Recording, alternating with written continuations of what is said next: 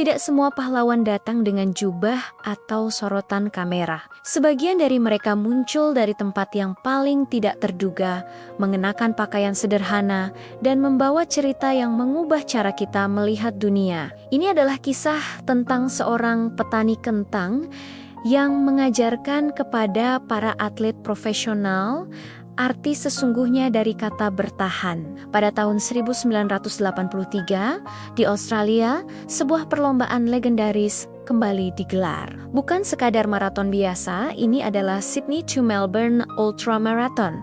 Jaraknya 875 km. Ini bukan ujian kecepatan, melainkan ujian batas ketahanan manusia, baik fisik maupun mental. Perlombaan ini memaksa para pesertanya untuk berhadapan langsung dengan kelemahan terdalam diri mereka sendiri.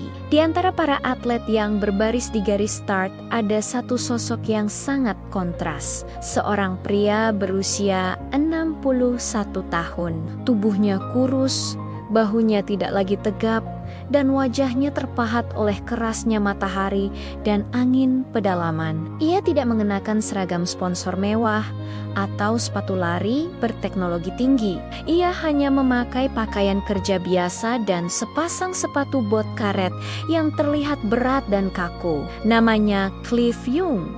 Cliff bukan atlet profesional. Ia bukan pelatih, bukan juga mantan juara. Sepanjang hidupnya, ia adalah seorang petani kentang dari pedalaman Victoria. Hidupnya jauh dari gemerlap dunia olahraga, jauh dari tepuk tangan penonton, dan jauh dari ambisi untuk mencetak rekor. Bagi banyak orang di sana, kehadiran Cliff adalah sebuah anomali. Beberapa penonton mengira ia salah masuk area. Ada yang menganggapnya sebagai maskot unik untuk perlombaan. Bahkan para pelari lain menatapnya dengan penuh keraguan. Bukan karena meremehkan, tapi karena mereka benar-benar tidak mengerti mengapa seorang pria setua ini ikut dalam perlombaan sebrutal ini. Seorang jurnalis mendekatinya, mungkin mencari cerita lucu atau unik. Pertanyaannya sederhana, mengapa Anda mendaftar? Jawaban Cliff bukanlah jawaban heroik yang biasa kita dengar. Tidak ada kalimat tentang ingin mengukir sejarah atau mengalahkan lawan. Ia hanya berkata dengan tenang, "Saya sudah terbiasa berjalan jauh." Cliff kemudian menjelaskan rutinitas hidupnya di peternakan. Di daerahnya, badai bisa datang tanpa peringatan, membuat ternak-ternaknya terpencar dan lari ke perbukitan. Saat itu terjadi, tidak ada pilihan untuk istirahat. Ia harus terus bergerak, mengejar ternaknya.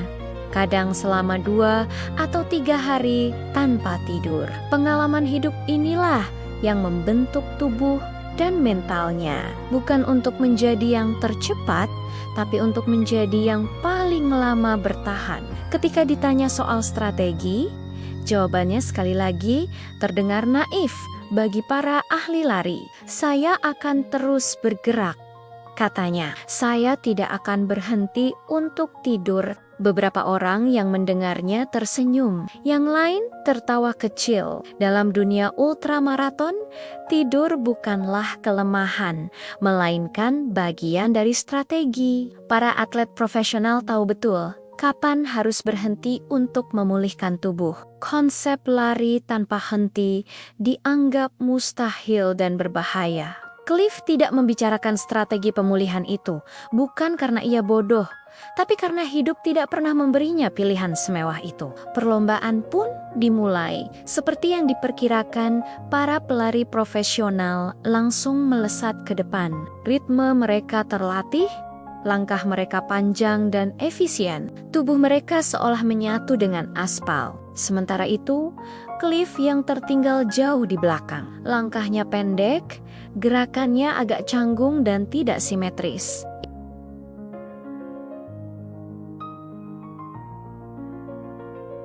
Gayanya lebih mirip orang yang berjalan cepat tanpa henti. Sebuah gaya yang kemudian dikenal sebagai Cliff Young Shuffle. Bogi mata awam. Gayanya terlihat tidak efisien, tapi justru disitulah letak kekuatannya. Cliff tidak melawan tubuhnya. Ia tidak memaksakan kecepatan. Ia memilih ritme yang bisa ia pertahankan selamanya. Malam pertama tiba. Sebagian besar pelari sesuai jadwal berhenti di pos istirahat. Mereka tidur selama beberapa jam, mendapat pijatan, mengisi kembali energi, dan mempersiapkan diri untuk esok hari. Ini adalah bagian dari rencana matang yang sudah mereka susun berbulan-bulan. Tapi Cliff yang tidak berhenti. Ia terus bergerak. Ia melewati malam yang gelap dengan langkah yang sama seperti saat siang hari. Kegelapan tidak mengubah ritmenya. Keheningan jalan tidak membuatnya ragu. Di tengah kesunyian malam, yang terdengar hanyalah napasnya yang teratur dan gesekan sepatu bot karetnya di atas aspal. Saat fajar menyingsing, para pelari profesional yang baru bangun dikejutkan oleh kabar bahwa pria tua itu masih terus bergerak. Ia memang tidak terlihat segar, tapi ia juga tidak terlihat hancur. Ia hanya terus melangkah. Hari kedua berlalu, lalu hari ketiga.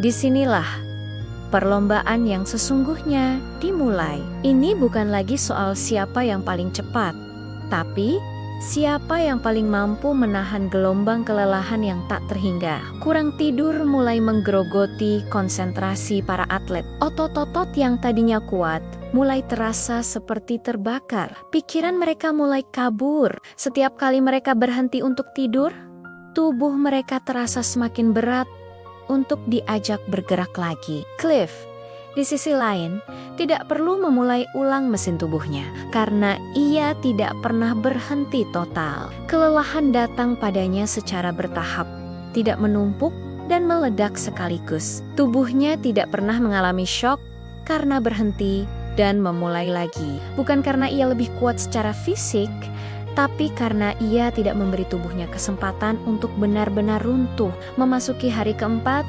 perbedaan itu semakin mencolok. Beberapa pelari elit terpaksa mundur, dikalahkan oleh cedera atau kelelahan ekstrem. Beberapa yang masih bertahan tampak seperti sedang menjalani siksaan. Wajah mereka menunjukkan perjuangan yang luar biasa berat. Ajang ini tidak lagi terlihat seperti kompetisi olahraga, melainkan ujian atas kemauan murni. Dan di tengah semua itu, Cliff yang terus bergerak maju, selangkah demi selangkah.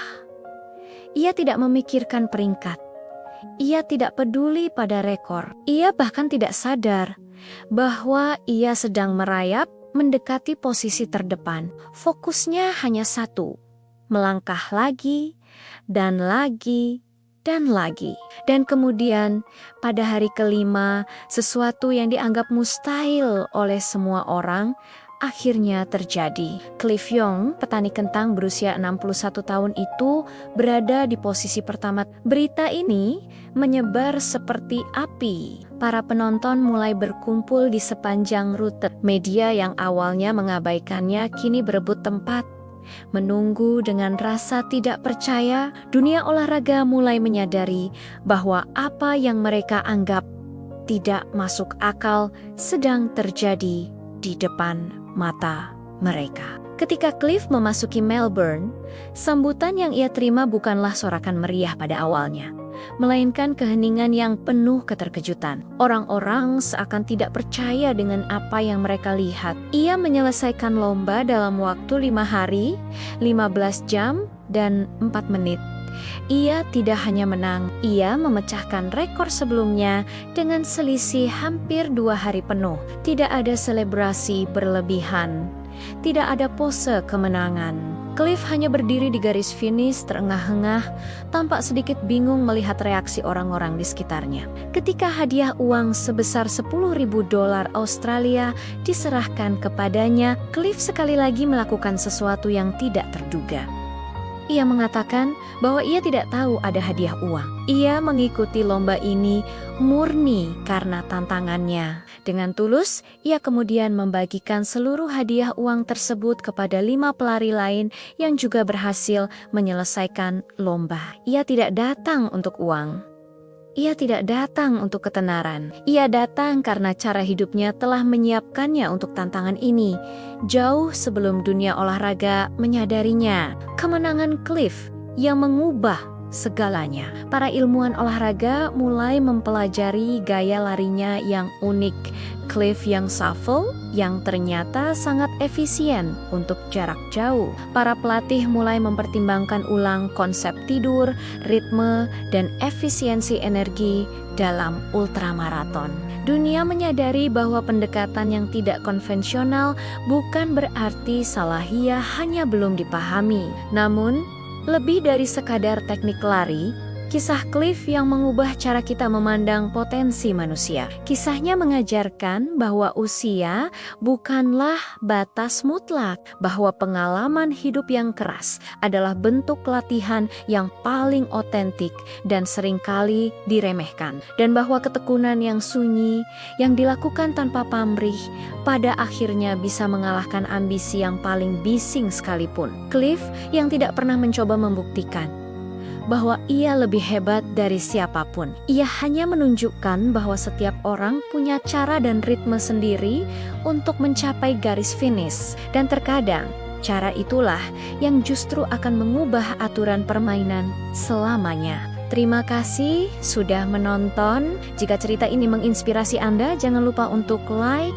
share, dan subscribe. Sampai jumpa di video berikutnya.